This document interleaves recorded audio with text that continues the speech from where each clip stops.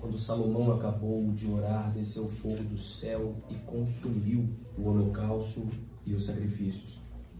A glória do Senhor encheu o templo. Os sacerdotes não podiam entrar na casa do Senhor, porque a glória do Senhor tinha enchido a casa dele.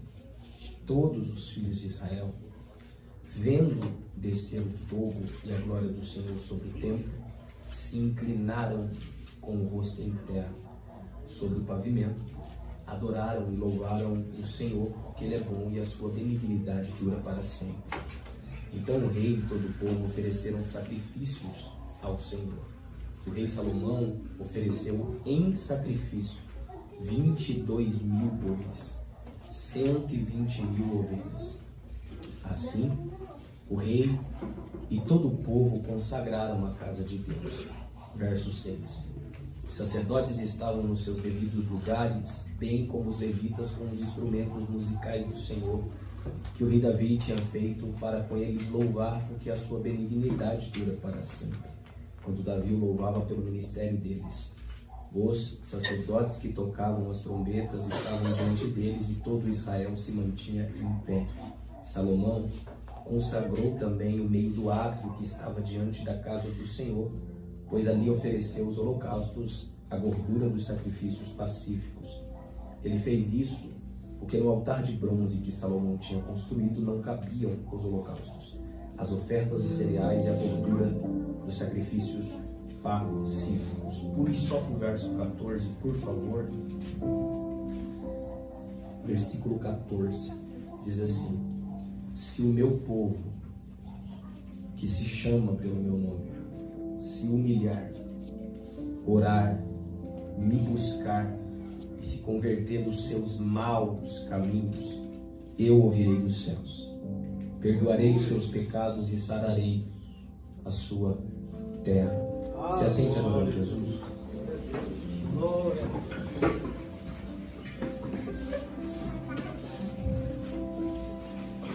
Glória a Deus, irmãos. 2 Crônicas capítulo 7 vai replicar uma das histórias mais bonitas da Bíblia. Um templo que demorou 20 anos para ser construído, agora no capítulo 7 está de forma definitiva construído. E o texto bíblico diz que o céu se abre em uma forma espiritual e literária física. Ao observar, Salomão prende a atenção na casa de Deus. E o escritor do capítulo 7 dá alguns discursos do que está acontecendo enquanto o céu está aberto. E a primeira observação do escritor no texto é: o fogo de Deus desceu na igreja. A segunda observação do escritor é: os sacerdotes não podiam entrar na casa de Deus, porque o fogo de Deus também estava na casa de Deus. E aí o escritor deixa a palavra fogo de lado e começa a usar a simbologia que representa a mesma unção, chamado glória de Deus. E dentro dos estudos, trazendo para a nossa vida, eu tentei descobrir o porquê que o escritor chamou de fogo. Lembrando que quando nós temos referências no Antigo Testamento de fogo, a única evidência que nós temos de um fogo que desceu do céu nessa aparência, ou existem mais de uma evidência, mas no mesmo contexto, é na época de Elias. 1 Reis capítulo 18, Elias diz: prove que o Senhor é Deus e mostre tua glória. Ele não toma as pessoas, o fogo literalmente desce, consome o holocausto, seca a água que Elias jogou em cima, seca a valeta que Elias colocara em cheira de água, e todo o povo glorifica. Mas fazendo a observação do texto de Elias, percebemos que o fogo de Deus consome. E Salomão vai dizer que o seu templo foi construído de forma literária em ouro, banhado. Ele investiu pedras preciosas. Pois bem, temos que ter ressalte na interpretação desse texto, porque precisamos ler o texto e entender o que houve de fato. Calma aí, escritor. Se foi fogo, por que não consumiu a casa de Deus? Se foi fogo, por que não derreteu o ouro? Se foi fogo, qual foi a intenção de Deus? Porque Salomão, no capítulo 7, diz que Deus, confirmando a construção do templo, derrama fogo sobre a igreja. Mas no contexto, explica que não é só o fogo que consumiu o holocausto. Salomão estava dizendo sobre um fogo que a igreja pentecostal brasileira já conheceu. Você lembra de Atos 2? Quando eles diziam assim, ó, foram vistas por ele línguas repartidas como de. Não era de, era como que se fosse. Porque enquanto eles falavam, a gente ardia. Então a representação de fogo em 2 Crônicas 7 não é só de consumir o holocausto como consumiu, mas era no sentimento de mudança da igreja.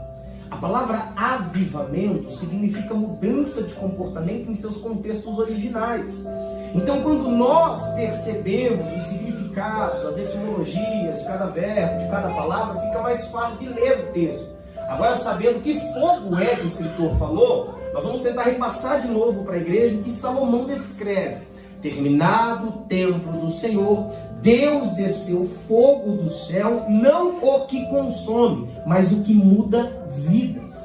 E aí o texto bíblico diz que Salomão, observando os sacerdotes, ele descreve dizendo, os sacerdotes foram impedidos de entrar na casa de Deus, porque a glória de Deus não deixava. Esse impedir é não deixar se mover, é não deixar fazer o que quer. Então a atribuição, de novo, do texto ao impedidos de entrar é, Salomão percebeu mudança nos sacerdotes. Então aquele culto se tornou um culto diferente porque desceu fogo do céu, mas não literário como o de Elias, um fogo que Salomão não viu descer, ele viu mudar. E aí eu preciso repetir mais uma vez, o culto foi forte porque a noite se tornou em dia, não é isso que o texto diz. O culto foi forte porque no lugar da lua desceu uma bola de fogo do tamanho da lua, não é isso que o texto diz. O culto foi forte porque Deus derramou fogo. Antes de literalizar o fogo, ele diz assim, ó, os sacerdotes estavam mudados, as pessoas estavam mudadas, a glória de Deus mudou o ambiente de adoração do povo. Salomão, observando a mudança dos sacerdotes, o texto bíblico diz que ele percebe que o povo para de sacrificar, para observar também. Era como se no meio de uma igreja como a nossa hoje, uma pessoa recebesse esse tal fogo, uma pessoa começasse a ser invadido ou evadido de um fogo do céu. É normal que a curiosidade ou a incredulidade de nós outros perca o nosso estilo de culto para observar o estilo de culto de quem está cheio. E aí, ao invés de Salomão dar motivo para as pessoas pararem de adorar, o texto bíblico diz que, ao perceber que os sacerdotes estavam mudados, Salomão dá uma ordem para o povo, dizendo, continua sacrificando. E aí não dá para entender qual que é o significado ou a responsabilidade desse rei, porque é um culto de festividade. Existe uma meia dúzia de sacerdotes que está cheio de Deus. Salomão percebeu mudança nos sacerdotes. O povo está parado olhando para os sacerdotes, dizendo, o que é aquilo? Por que eles não se mexem? Por que eles estão tremendo? Que glória é essa? Eles não estão sentindo. Aí Salomão chega perto, cutuca eles e diz assim, ó, lá está forte, continua sacrificando aqui. Aí o texto bíblico diz, Mateus, que Salomão continua sacrificando, não pouco. A bacia feita por Salomão foi a maior bacia de sacrifício da história da humanidade, em referência a qualquer tipo de sacrifício, seja pagão ou para Deus. O texto bíblico diz que era tanto boi e tanto ovelha que os animais mortos para sacrifício caíam para fora enquanto eram consumidos pelo fogo do holocausto. E Salomão dizendo, continue sacrificando, continue sacrificando. E a primeira simpósia, ou a primeira verdade do texto que nós temos que agregar dentro do nosso coração, é que independente de como a irmã embaixo adora, eu preciso saber o que eu vim fazer na igreja. Senão a adoração e o estilo de culto da irmã tira o meu foco. O texto bíblico diz que por causa do culto dos sacerdotes, o povo parou de adorar. Eu não quero saber como os sacerdotes estão. Eu sei o que eu vim fazer. Eu sei porque estou aqui. Aí Salomão diz, independente se eles estão cheios da glória, a gente ainda não. Continue sacrificando. Olhe para cá. Existe dentro da literalidade do texto uma verdade. Salomão conhecia uma lei chamada lei mosaica. Gênesis, Êxodo, Levítico, Número, Deuteronômio. São 5 livros da lei, história, criação e princípio do mundo que Moisés deixou para a humanidade. Os judeus agregaram aquilo como estilo de vida. Quando Salomão manda continuar sacrificando, ele coloca em prática uma lei deixada para o sacerdote. O fogo arderá continuamente no altar e não se apagará. Por anos eu também traduzi assim, mas não está assim. O fogo arderá continuamente no altar e não se apagará. Levítico 6,13. Pastor, eu estou lendo, está escrito assim sim, olha para cá. Se nós representarmos que a ordem de Deus é: eu vou derramando fogo e ele não se apaga porque o fogo é meu, a gente não põe culpa no nosso culto. Então a gente cruza braço, mastiga chiclete, vem como quer, dá glória quando quer, fala o que quiser, presta atenção se quiser. Mas se a gente ir para o contexto de Levítico 6,13, o contexto está dizendo assim, ó, Moisés dizendo para os sacerdotes: quem me ouve, diga amém. Amém. Mais alto, quem me ouve, diga amém. Amém. Ó rapaz, vocês vão entrar e observar o fogo e a cinza e a lenha, ou seja, o graveto. Quando se tornar graveto virando cinza, vocês vão pegar uma pá, tirar a cinza, sair do arraial do culto, jogar a cinza fora, trocar de roupa, ou seja, colocar uma veste nova, procurar lenha nova. E pela manhã vocês vão colocar lenha, porque o fogo arderá sobre o altar e não pode se apagar. Pega essa daqui. Quem manda fogo é Deus, mas quem sustenta fogo é eu e você. É por isso que tem igreja que era quente e se tornou gelada. É por isso que tem gente que falava em línguas e faz tempo que não fala mais. A culpa não é de quem manda fogo. A culpa é quem não tem graveto para sustentar o fogo mandado. Não tem fogueira que resista a um povo que não sabe por que veio. O texto de Moisés está dizendo: se parar o fogo, a culpa é do sacerdote, não de Deus. Se o fogo parar, olhe para a nossa igreja. Nós culpamos o fim dos tempos. Nós culpamos o pecado da geração. Jesus explicando para Pedro, dizendo: Pedro, deixa eu te dizer uma coisa. A graça salva. A porta do inferno não prevalecerá nunca sobre a minha igreja. Nunca está prevalecendo. A gente põe argumento de tema em nossos congressos para bater em jovens que estão crentes. A gente fala de jovens ímpios que não estão aqui para ouvir. Porque a gente entende que para afastar o pecado a gente precisa dar indireta em quem a gente entende que está em pecado. Irmão, pelo amor de Deus, o que mantém fogo é graveto bom. Se acabar a adoração, não tem santidade que segura na liturgia do culto. Você pode obedecer a liturgia até a volta de Jesus, mas liturgia faz fumaça, não dá fogo. O que dá fogo é a adoração. Igreja que não adora é igreja gelada. Igreja gelada não tem poder. Igreja que não tem poder não tem fogo. A culpa não é de quem envia fogo. Deixa eu ver suas mãos. O que você trouxe para a igreja?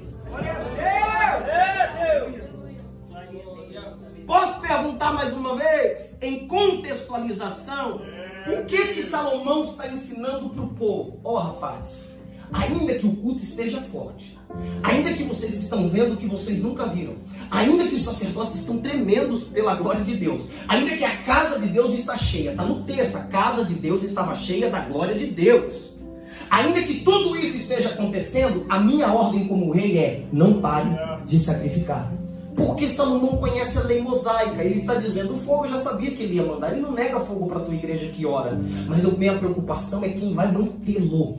A minha preocupação é quem manterá o fogo. Aleluia! Existem pregadores por aí que são isqueiros. Eles vêm, colocam faísca, até ameaçam acender. Mas se não tiver graveto saudável, volta a fazer fumaça. Ninguém gosta de ficar no ambiente que a gente tem que ficar tossindo. Deus está dizendo pelos meus lábios hoje: mostra a tua mão. Cadê os teus gravetos?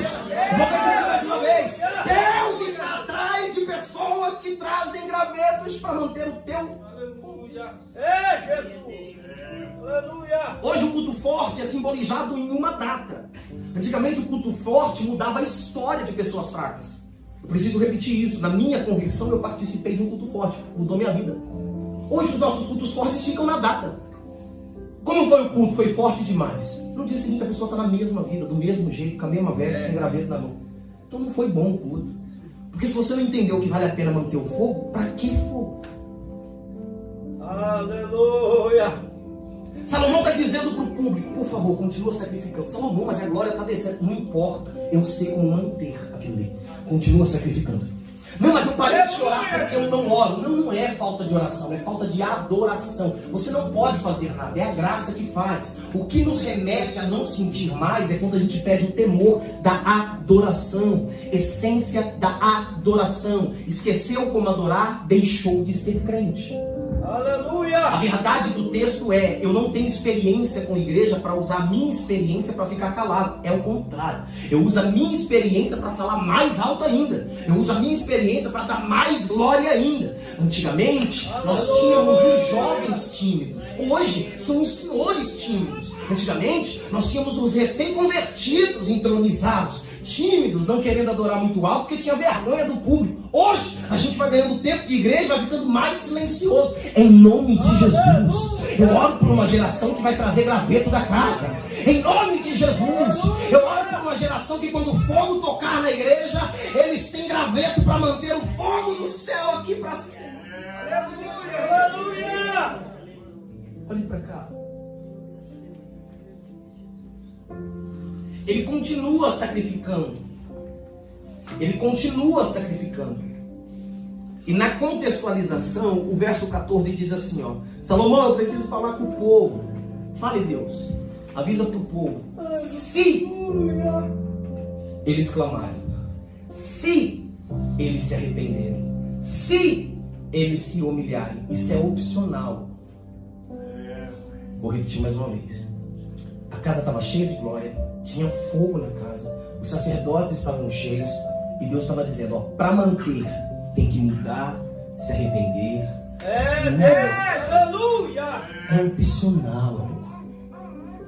Não vai para lugar nenhum sabendo da verdade. A gente sempre soube. A questão é que a verdade que não muda se torna mentira pra gente.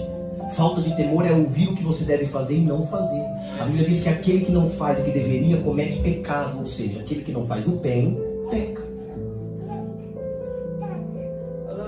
Tem que se humilhar, mas é opcional. Tem que se curvar, mas é opcional. Se eles fizerem, eu ouvirei dos céus e mandarei fogo. Se eles quiserem. Agora você vai voltar para tua casa e tu vai dizer assim, ó, o pastor me ensinou que o gelo da igreja é culpa minha. Pegou?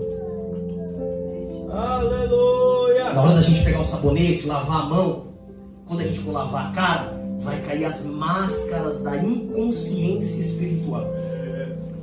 Não é falta de pregador, não é falta de louvor, não é falta de congresso, não é falta de tema, não é falta de culto, é falta de graveto. Aleluia! Deus não nega fogo, a gente não tem como manter. Aí ele esquenta, mas não queima. Não dá para colocar qualquer coisa na fogueira. Senão, ao invés de fogo, sai fumaça. O foco muda. Perde a responsabilidade. E posso dizer uma coisa? Tem gente que acostumou com a temperatura quente. Deus chamou a igreja para queimar.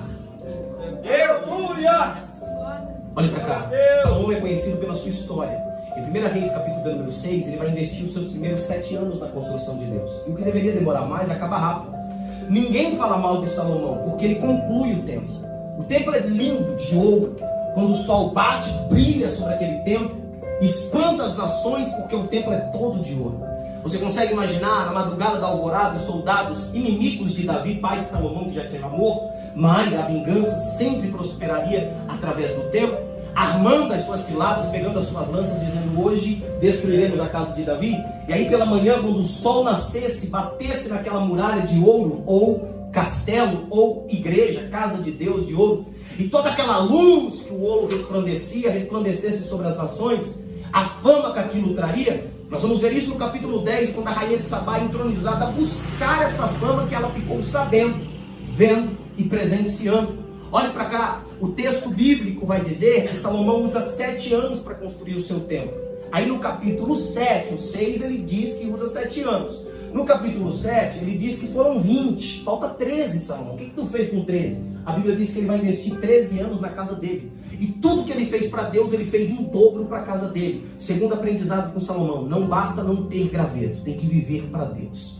Se o seu foco está sendo observar a tua casa e comparar com a casa de Deus como secundária, também não vai dar certo. Deus deu sabedoria para Salomão no capítulo 3. No capítulo 4 ele deu riqueza para Salomão. No capítulo 10 ele deu riqueza para Salomão. Mas nós vamos ver no decorrer do capítulo 6 para o 7 que Salomão usou tudo isso daí para a sua própria aventurança.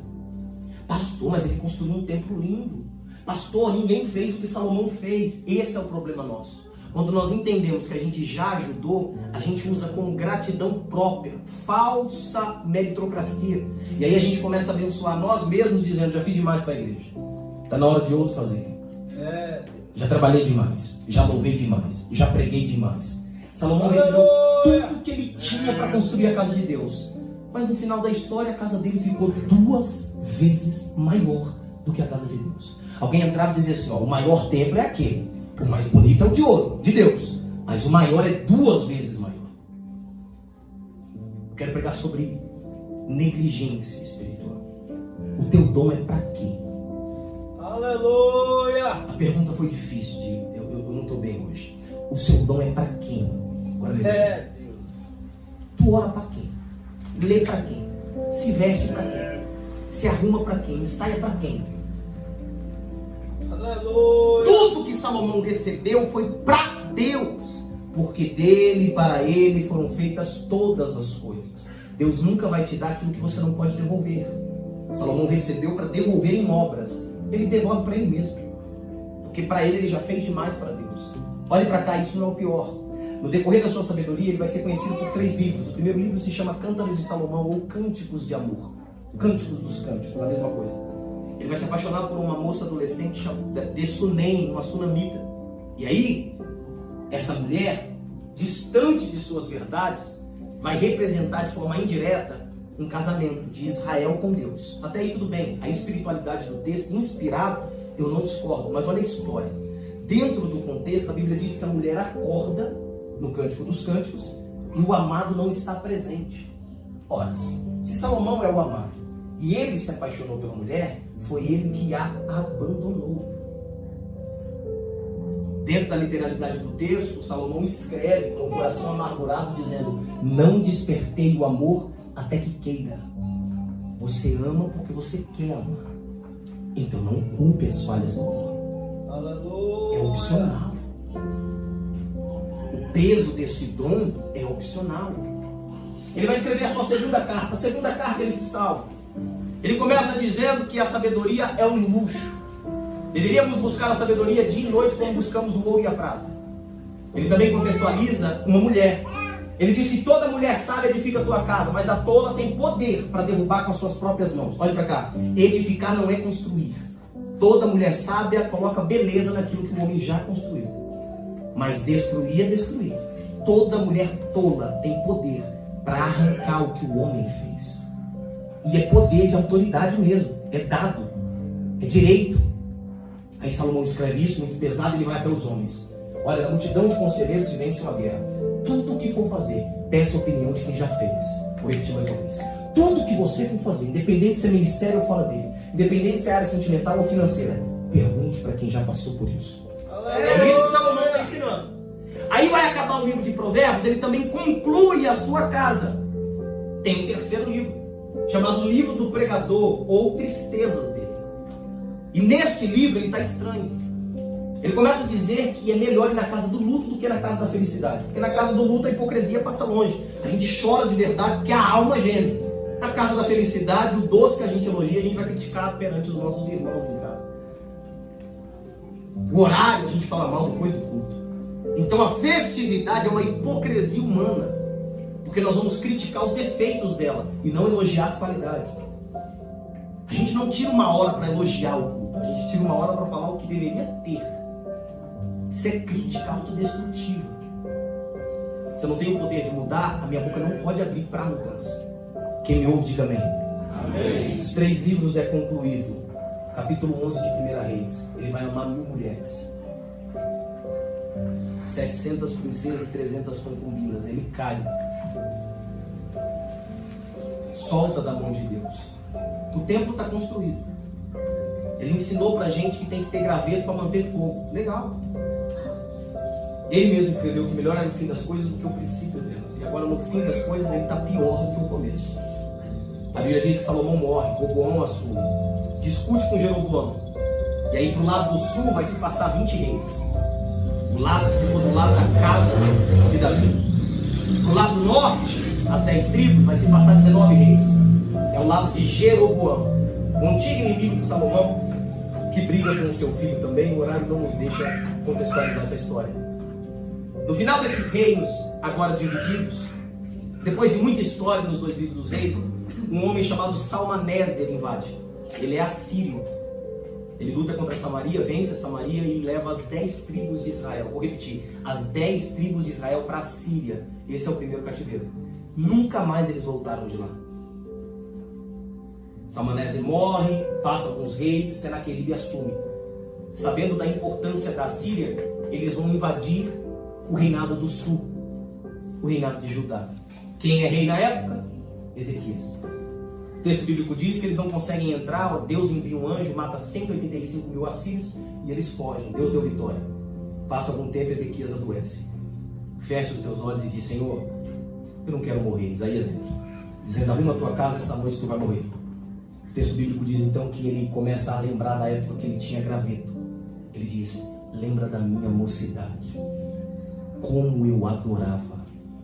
Aleluia. Calma aí. Ele não lembrou o fogo que descia. Ele lembrou a importância que ele tinha quando o fogo descia. Vou repetir mais uma vez. Culto gelado, a culpa é nossa. É Deus. Falta de dons, a culpa é nossa. Aleluia. Falta de temor, a culpa é nossa. Fim das lágrimas na igreja, a culpa é nossa. Aquele arrepio gostoso que só o Espírito Santo dá, fim daquilo, a culpa é nossa. Aleluia. Deus nunca negou fogo. Até para a igreja mundana. A igreja ora e Deus derrama. Deus nunca negou fogo. O problema é que a gente não tem graveto para manter. Aí aquilo que esquenta não queima. Olha para cá. Aí o texto bíblico vai dizer que Ezequias fica curadinho da Silva, porque Deus dá mais 15 anos para ele. Ele fica todo feliz. De repente na porta dele bate alguns soldados caldeus ou babilônicos. Eles são espias infiltrados. E como eles estão infiltrados, Ezequias não imagina nada de ruim deles. E começa a mostrar tudo que tem no seu reinado. Olha, eu estava doente, quase morri. Olha a minha casa, ali mora a minha mulher. Isso aqui é minha parte, o meu visual íntimo. Aqui é os meus projetos. Aqui é o ouro e a prata de Salomão. Ali é o castelo de Salomão. Aqui é o reinado de Salomão. Aqui é a casa que Salomão deixou. Quando os inimigos vão embora, os falsos amigos vão embora, Isaías volta, dizendo: eu vou fazer uma pergunta. O que tu mostrou da tua intimidade para a pessoa que você não conhece? Eu mostrei tudo. Assim diz o Senhor: como Deus te deu e tu mostrou para o povo, eu vou tirar tudo. A aplicação da noite nesta noite é: introvertido não é tímido. Tímido tem dificuldade de ficar em público. O introvertido prefere a solidão. Vou repetir mais uma vez. O tímido, ele é impaciente perto de pessoas. Ele tem dificuldade, a voz treme, ele se sente mal, ele fica imaginando coisas ruins. Isso é timidez, isso passa. O introvertido, não. Ele fica falando sozinho no quarto, ele sente alegria em estar só. É bom estar perto de pessoas, mas é maravilhoso estar sozinho. Ele é introvertido. Sabe quem são os mais íntimos da Bíblia? Os introvertidos. As pessoas que não devem nenhuma justificativa para amigo. Eu não tenho que ter medo de sair porque eu não chamei ninguém. Posso dar um conselho que Ezequias não recebeu? Não conte seus segredos e não abra a sua porta da tua casa para qualquer tipo de pessoa. Você abriu uma vez, falou coisa que não te agradou. Você abriu a segunda, falou coisa que não te agradou. Põe o joelho no chão e diz: Senhor, faça passar longe da minha casa. Eu não quero que o inimigo espia leve aquilo que o Senhor tem para mim. Aleluia. Aleluia. Olha para cá. Obrigado, Deus. A maior intimidade é aquela que a gente vence, ganha e conquista no portão de casa, não na mesa. Ezequias diz: estou nem aí, mostrei tudo. Então vai tudo embora. Ezequias morre, passa alguns reinados. Josias começa a reinar. Um homem chamado Jeoaquim começa a governar. Ele é filho de Josias. A Babilônia invade. Leva Jeoaquim, Ananias, Misael, Ananias, Azarias e Daniel. Na nossa linguagem pentecostal, Sadraque, Mesaque, Abednego e Beltesazar. São levados para a Babilônia na primeira leva. A segunda leva é com o filho de Jeoaquim, chamado Joaquim, um nome parecido com o do pai. Ele também é levado. O tio dele começa a governar, chamado Zedequias. E eu preciso parar a história aqui para você não esquecer do que eu estou dizendo. Olha o que a falta de graveto faz. Uma igreja pura, bonita por fora, que o sol batia e a glória resplandecia, deixou o fogo apagar. O que você trouxe hoje? Não, a glória está melhorando, até o final do culto a gente volta a adorar. Eu quero perguntar para você, o que você trouxe hoje? Ele vai derramar fogo, mas como é que você vai manter? Deixa eu ver. O que tu vai fazer para manter o fogo do céu? Zedequias tem seus olhos vazados, acorrentado ele é, e é levado para a Babilônia, cumprindo-se aquilo que Deus falou. Davi, avisa para o teu filho, o dia que ele soltar minha mão, eu solto dele. O povo está na Babilônia, passa 70 anos. Cumprimento de uma chamada. Um rei chamado Ciro governa depois de Dário, Medo Persa. Ele libera o povo para voltar para Judá. Olha que felicidade, o povo vai voltar para sua terra. Nessa volta, Ciro ainda dá uma quantia em dinheiro, segundo os historiadores. O povo chega na cidade deserta de Judá e precisa voltar a construir a cidade que foi destruída um dia. 70 anos depois, lá está o povo construindo muralha, ou casas. As casas estão em perfeito estado. Os bárbaros da redondeza percebem as construções e movimentações. E se tem construção, tem investimento. Se tem investimento, voltou a ter dinheiro. Eles começam a destruir tudo de novo, invadir. Zorobabel, que trouxe a primeira leva, olha para um lado e para o outro. De repente, Esdras chega, prega a lei para o povo. Agora a cidade tem casa e tem lei, mas não tem proteção. Então alguém tem a ideia de mandar um mensageiro lá para o rei Assuero, na Síria, uma das 127 províncias. Quem está lá? Neemias. Eles chegam chorando, dizendo: olha, Zorobabel voltou, Esdras voltou do cativeiro, tem lei, o povo está crente, tem casa, mas não tem proteção. E o que você quer que eu faça? A gente precisa de você lá. Ele vai e constrói a muralha em 52 dias. Aleluia! Agora a terra de Deus tem casa, tem lei e tem muralha. Passa 14 meses, aparece um homem chamado Ageu. E as perguntas de Ageu doem na nossa alma. Ele diz: vocês trabalham, mas não tem dinheiro. Vocês bebem água e não sacia a sede. Vocês comem e continuam com fome. Subi ao monte, peguem madeira e pedaços de pão. Aleluia! O meu nome será glorificado mais uma vez, diz o Senhor. Aí um capítulo que a gente usa em todos os lugares, agora de forma cronológica. Construí o meu templo. E aqui eu paro para se entristecer com o texto. O povo ficou 70 anos cativo porque lhe faltou graveto. Não era fogo. Quem me ouve, diga amém. Amém. Deus nunca negou fogo. Mas se você não tem como sustentar, a culpa é sua. A culpa é minha. Não é ausência de céu, é ausência de temor na terra. Olha para cá. O povo voltou, irmã, 70 anos depois. Aí eles lembraram de construir casa. Lembraram de ler o Alcorão, ou melhor, ler o Talmud, ler o Pentateuco. Legal. Leram a lei, aprenderam a liturgia na igreja. Então tinha cidade, tinha lei. Aí chamaram Neemias, 52 dias, tinha muro. Esqueceram da igreja. É, Deus.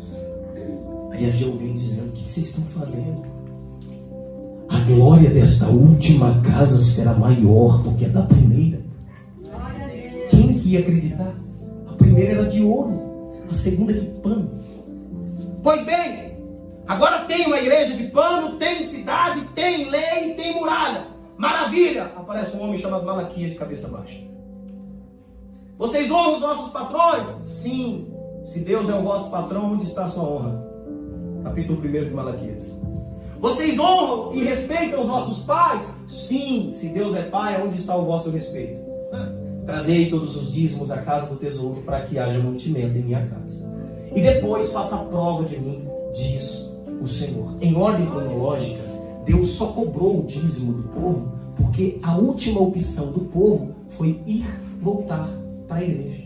Quem não tem graveto não sabe por que tem que estar aqui. É, Deus. O Aleluia! Antigo Testamento acaba, e eu estou finalizando.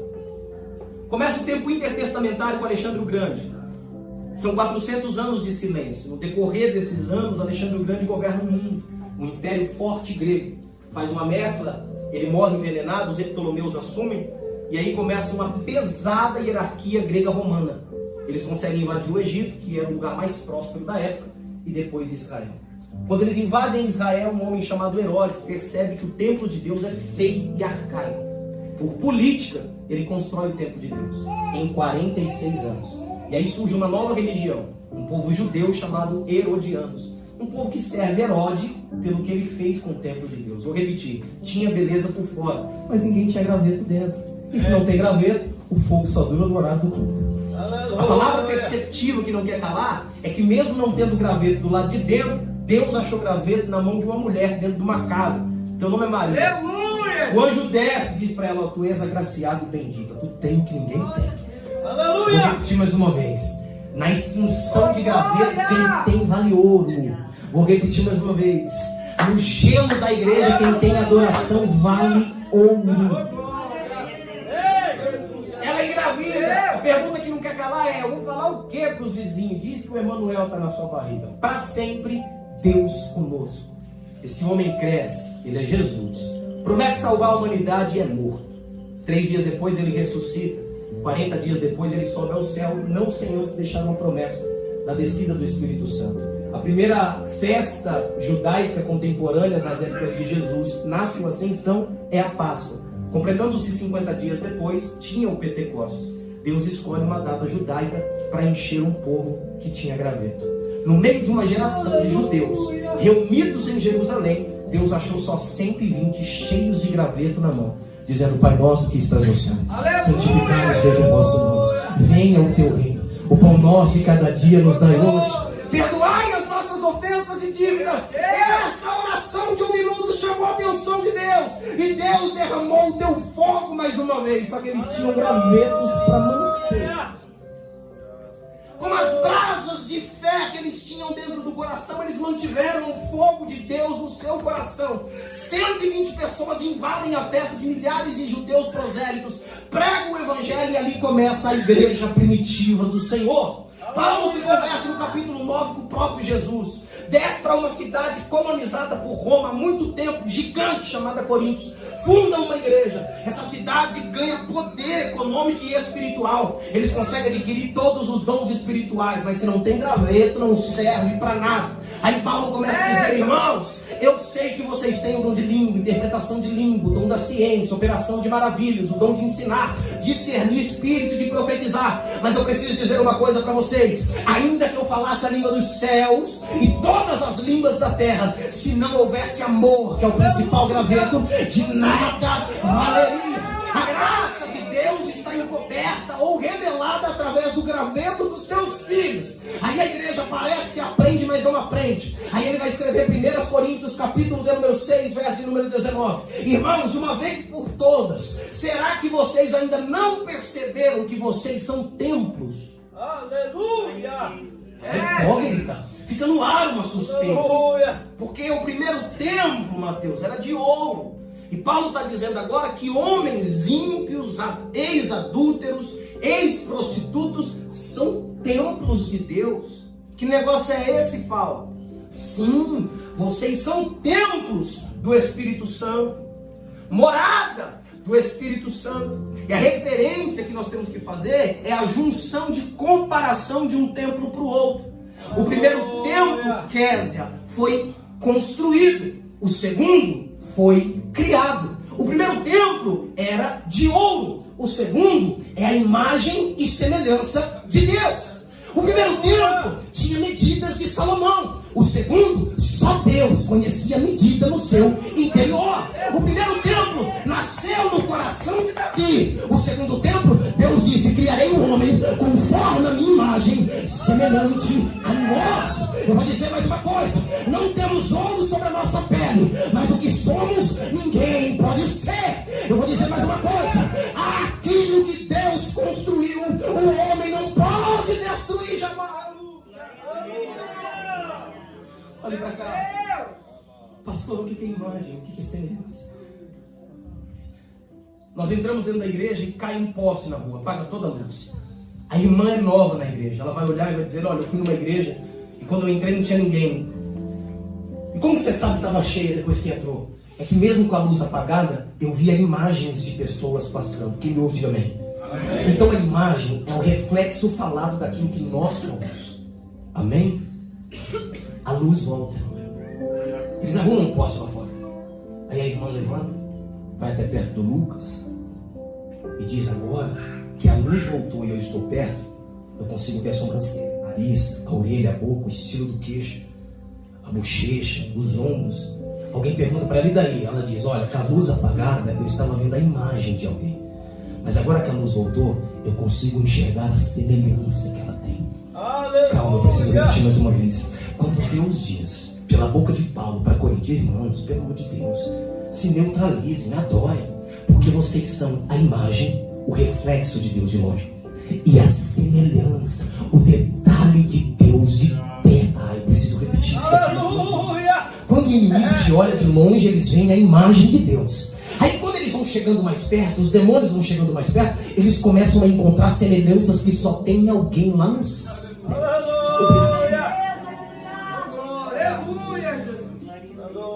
Você não é importante porque é de ouro, de Ofir. Você não é importante porque é alto e quando o sol bate.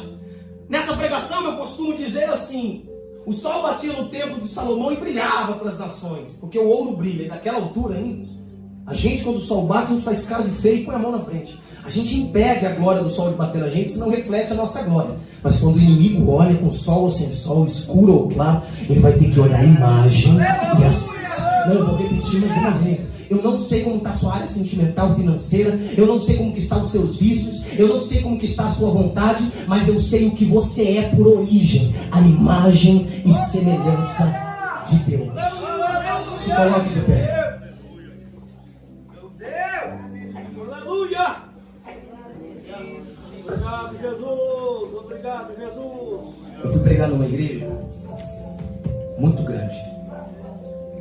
E aí eu voltei da igreja e me deu uma crise de choro. Eu chorava muito, senti muita presença de Deus, mas sozinho eu sou... Todos somos loucos sozinhos, né? Aí eu falei sozinho, orei, depois conversei sozinho de novo. E chorando muito, falei, não dá pra entrar em casa assim. Tava longe de casa, mas eu tava com medo de chegar daquele jeito que eu tava. E aí eu cheguei em casa, minha esposa falou assim: amor, como que foi o culto? Meu culto foi forte. E por que você tava chorando no carro? Eu falei, oxi, foi carne e sangue que revelou, mas não era, pela face. E aí eu já percebi que a conversa ia levar para um lado só. Eu falei, amor, tá chorando demais. O que é aquilo que eu senti? Antes de me endeusar, eu disse assim: amor, eu descobri que dá pra gente adorar e sentir Ele. Aleluia. Eu peguei cultos no lar da minha mãe sozinha. Eu chegava da escola, às vezes drogado.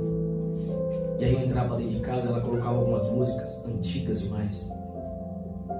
Já passou-se sobre a terra e adorou, falou para todo inferno escutar.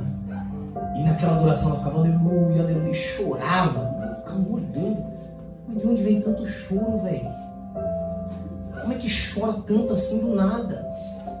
É ser crente, mas não era. É porque fogo ele já não nega. Se você tiver um pouquinho de graveto, qualquer lugar. Aleluia, Jesus. Eu estava sentado na minha zona de trabalho, Lucas. E aí tinha um pastor comigo, sentou um irmão ímpio, desviado, tá no mundo. Aí a gente continuou falando de Bíblia, e ele que fique lá. Aí do nada ele pediu a opção para falar e lembrou de um testemunho. E de repente ele deu um glória a Deus e a lágrima. Aí meu corpo já arrepiou a minha lágrima. Aí o pastor estava na minha frente, já chorou também. Eu falei, mas o que é isso? Como é que explica isso? É porque se você tentar criar fogo, nunca vai ter uma explicação. Mas a gente não cria, a gente mantém. Aleluia. Ele não nega fogo, mas você precisa ter graveto.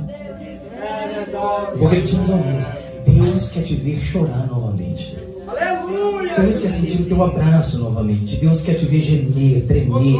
Deus quer te ver confiar enquanto ora, tremer. Sabe quando as lágrimas não avisam que vão descer? Sabe quando o desespero começa a se tornar um desespero leve e as lágrimas se tornam pesadas? O nome disso daí é graveto escondido. Tira pra fora e deixa que ele põe fogo hoje, em nome de Jesus. Querido Deus e eterno Pai, nós oramos agora. Estamos apresentando o nosso graveto nesta noite. Estamos apresentando, Pai querido, os gravetos que ainda temos. Pai querido, envia o teu fogo em nome de Jesus. Pai querido, queima aquilo que temos no poderoso nome de Jesus. Que o teu nome seja glorificado, que o teu nome seja exaltado. Pai querido, nos queima com a tua glória e com a tua unção. Traga, Pai querido, a tua graça sobre esse lugar. Eu te peço em nome de Jesus, Pai. Aonde tem um graveto preparado, Aleluia, Jesus. aonde tem uma pessoa preparada para queimar. Oh, glória. Talvez as contas chegarem e essa pessoa perdeu o temor. Ela não sente mais graça porque ela deve demais. Talvez os seus vícios e as suas falhas estão se tornando maiores do que a sua oração e tempo com Deus. Talvez a sua timidez tenha te deixado para baixo. Jesus te chama hoje. Coloca o graveto para fora. Deixa que Ele põe fogo naquilo que já queima. Põe o graveto para fora. Aleluia. Espírito Santo, em nome de Jesus agora, seja tocado pela graça dele. Oh, glória a Deus. Seja tocado pela unção.